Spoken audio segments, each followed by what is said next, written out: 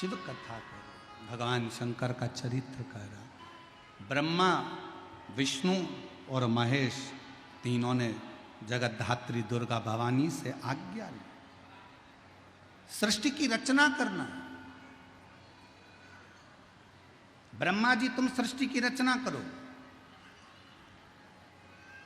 ब्रह्मा जी ने पूछा कि सृष्टि की रचना करूं कैसे।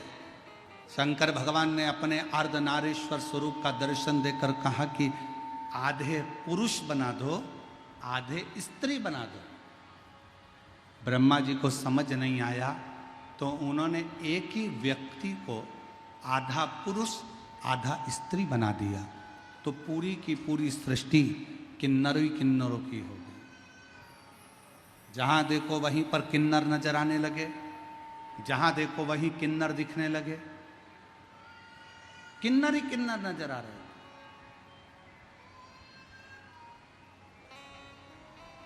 जब भगवान शंकर ने देखा,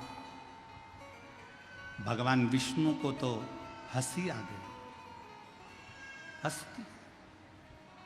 और भगवान नारायण को हंसी इस बात पे आई कि ब्रह्मा जी तुमको बनाना था पुरुष और स्त्री, और ब्रह्मा जी तुमने दोनों को जोड़कर किन्नर उत्पन्न कर दिया। जैसे ही भगवान विष्णु हंसे, शंकर भगवान की दृष्टि पड़ गई और शिव जी ने कहा, नारायण आप इन किन्नरों पर हंसे हो, इन किन्नर पर।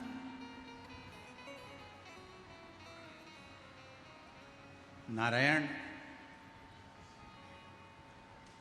किन्नर को देखकर तुम हंसे हो, इसलिए एक बार तुमको भी किन्नर बनना पड़ेगा, तुमको भी किन्नर बनना पड़ेगा।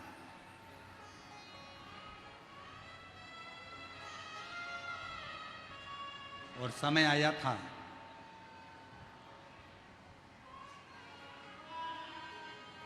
पांडव और कौरवों का युद्ध हो रहा था।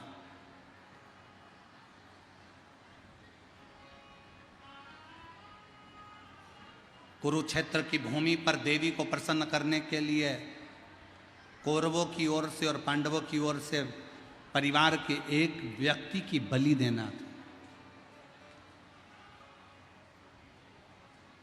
कौरवों ने तो खुशी मनाई कि हम 100 भाई हैं, हम में से एक आध मर भी गया तो 99 बच जाएंगे। पर पांडवों में से 5 भाई हैं और अगर एक की बलि चढ़ गई तो 4 ही बचेंगे। बड़ी चिंता पड़ गई, बहुत चिंता। पूरे हस्तिनापुर में खूब चिंता पांडवों को करें। भगवान कृष्ण ने अर्जुन से कहा, अर्जुन तुम जब वन में गए थे, तुमने एक नाग कन्या के साथ विवाह करा था, उलूपी के साथ में। उसका एक बेटा है आरावन, जाओ उस बेटे को लेकर आओ। अर्जुन गए और अपनी धर्म पत्नी उलूपी से अपने पुत्र आरावन को लेकर आए। और आरावन को लेकर आए और आरावन ने कहा, पिताजी मैं तुम्हारे साथ में युद्ध के लिए चलने को तैयार हूं, चलो मैं कौरवों को मार मार कर गिरा दूंगा। यह आरावन कहने लगा। जैसे ही युद्ध के मैदान में कुरुक्षेत्र में पहुंचे, भगवान द्वारकानाथ को प्रणाम किया। द्वारकाधीश ने आरावन को देखा और देखकर आरावन से कहा, आरावन तुम्हें किस लिए लेकर आए हैं, तुमको मालूम है? आरावन ने कहा, प्रभु मुझे तो नहीं मालूम।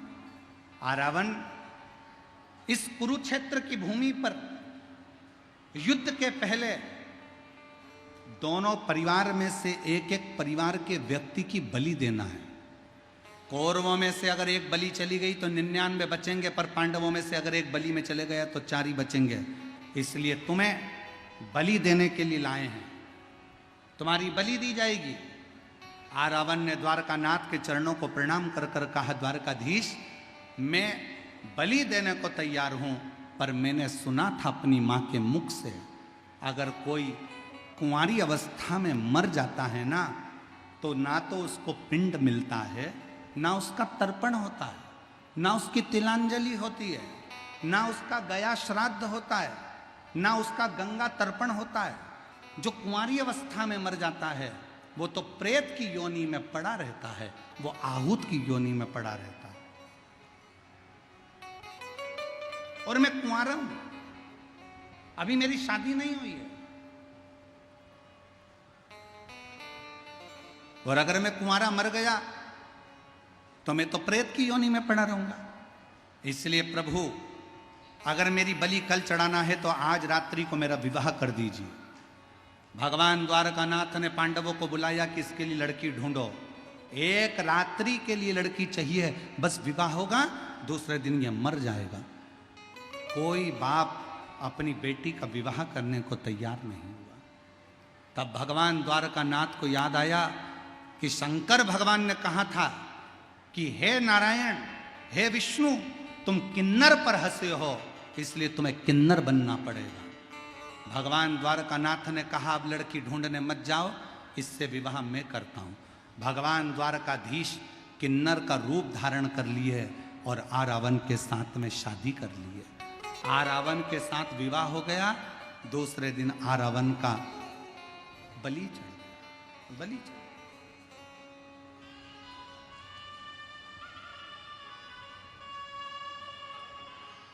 किन्नर मांग में सिंदूर भरते हैं, किन्नर पांव में बिछुड़ी पहनते हैं, किन्नर हाथ में चूड़ी पहनते हैं, किन्नर माथे पर बिंदी लगाते हैं, किन्नर गले में मंगलसूत्र पहनते हैं।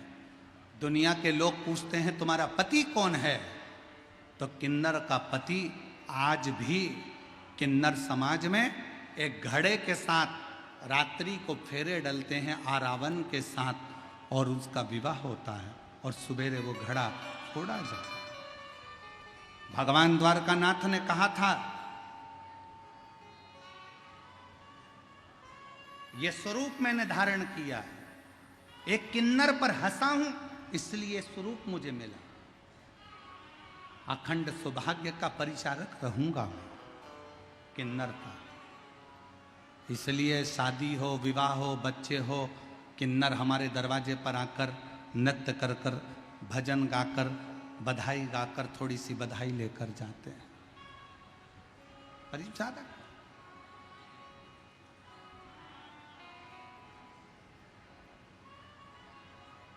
शास्त्र कहता है भगवान विष्णु किन्नर पर हंसे तो उन्हें किन्नर का जन्म मिला। कोई विकलांग है उस पर कभी मत हंसो, कोई लूला है उस पर कभी मत हंसो, कोई अंधा है उस पर कभी मत हंसो, कोई बहरा है उस पर कभी मत हंसो, कोई बहुत मोटा है उसको देखकर मत हंसो, कोई बहुत दुर्बल है उसको देखकर मत हंसिए, कोई अपने शरीर से बहुत रोगीला है उसको देखकर मत हंसिए। शिव पुराण की कथा कहती है कि जब भगवान शंकर के सामने भगवान विष्णु स्वयं किन्नर पर हंसे थे तो भगवान नारायण को भी पृथ्वी पर आकर किन्नर बनना पड़ा था। संसार में हम किसी पर हंसेंगे तो हमारा जन्म अगला वैसा की वैसा ही होगा, हम उसी जन्म में पहुंचेंगे, हम उसी जन्म को धारण करेंगे, हम उसी जन्म के अंतर्गत आएंगे।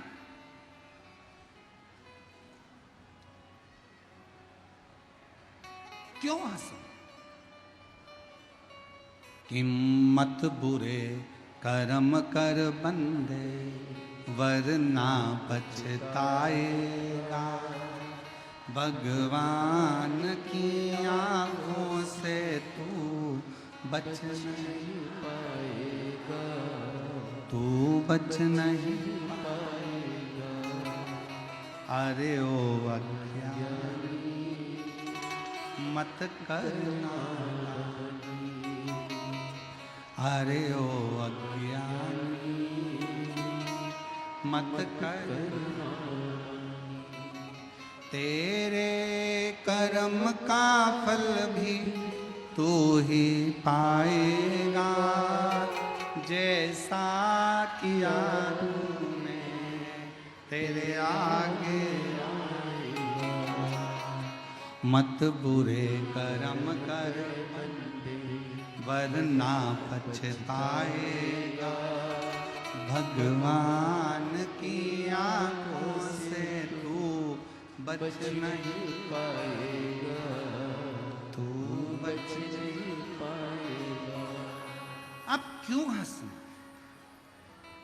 क्यों ताने कसना, क्यों अपशब्द कहना, क्यों गाली देना, क्यों आड़ा टेढ़ा कहना।